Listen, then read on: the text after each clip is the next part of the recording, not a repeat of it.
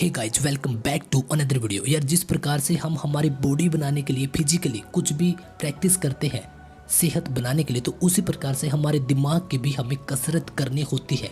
वह बहुत ज़रूरी होती है। कसरत का मतलब क्या है? प्रैक्टिस। और यह क्यों करनी ज़रूरी होती है? क्योंकि एक्टिव रखने के लिए दिमाग को, जिस प्रकार से आप आपकी फिजिकली प्रैक्टिस करते हो उसको एक्टिव रखने के लिए, तो उसी प्रकार से हमें हमारे माइंड की भी प्रैक्टिस करनी होती है उसको एक्टिव रखने के लिए। एक्टिव क्यों रखना है? क्योंकि यार आपके बहुत सारे सपने, ड्रीम्स हो सकते हैं जो आपको फुलफिल करने हैं। अगर आपका माइंड एक्टिव रहेगा, आपको टाइम टाइम पर सिग्नल देगा कि भैया आपका टाइम वेस्ट हो रहा है, तो आप यह काम कीजिए। और यह कब होगा? जब वह एक्टिव होगा, तभी तो आप आपके सपने तक पहुंच पाओगे।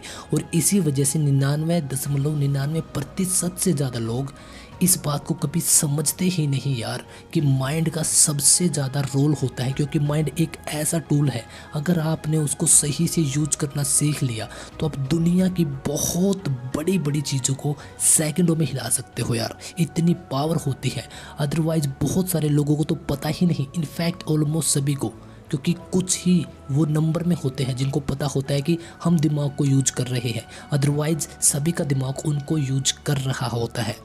तो चलिए बताते हैं आपको। देखिए, अगर आपको माइंड की प्रैक्टिस करनी है यानी कि कसरत करनी है, तो इसके लिए आपको सबसे ज़रूरी है कि आप बिजी रहिए।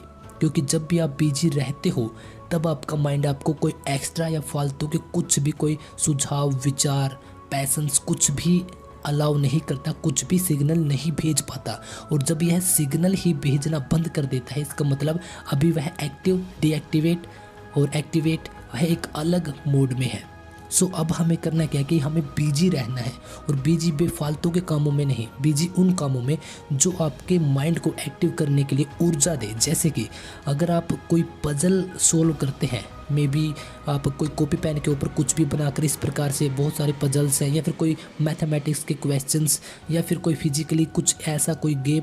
बहुत सारे गेम्स होते हैं जिसमें बहुत सारे कलर्स से रिलेटेड होते हैं, एक जैसे कलर्स इकट्ठा करने होते हैं। या कोई मोबाइल गेम के अंदर ऐसी, मोबाइल फ़ोन के अंदर कोई एक ऐसी गेम जो पजल से रिलेटेड हो, ना कि पबजी और इस प्रकार की सभी।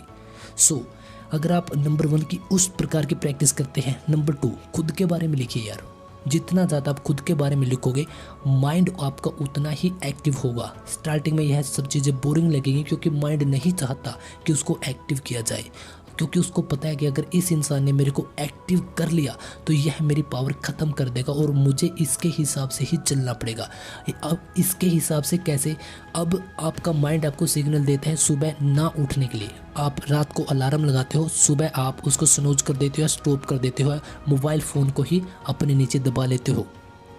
लेकिन जब आपका यह गुलाम होगा तब आप उठोगे और मोबाइल की घंटी बजने से पहले आप उठ जाओगे। इतना डिफरेंस होता है। अब आपको पता होता है कि यह मेरे लिए इम्पोर्टेंट टाइम है, लेकिन आप गर्लफ्रेंड के साथ बात करते हो या कुछ भी टाइम वेस्ट करते हो, लेकिन तब आपको आपका गुलाम यानी कि दिमाग आपको बोलेगा कि सर यह आपके लिए इम्पोर्टेंट टाइम है। सो यार, इस प्रकार से हम अपनी कसरत कर सकते हैं। खुद के बारे में लिखिए कि कल कहाँ था, आज कहाँ हूँ, आगे कहाँ पर मुझे पहुँचना है। इस प्रकार से आप खुद के बारे में जितना ज़्यादा लिखोगे, दिमाग की कसरत होगी। वीडियो को ज़्यादा लंबा नहीं करेंगे। आई होप कि आपको वीडियो बहुत पसंद आई होगी। आप रिपीट कर सुन सकते हैं और मिलते हैं नेक्स्ट वीडियो में। हैप्पीनेस बस।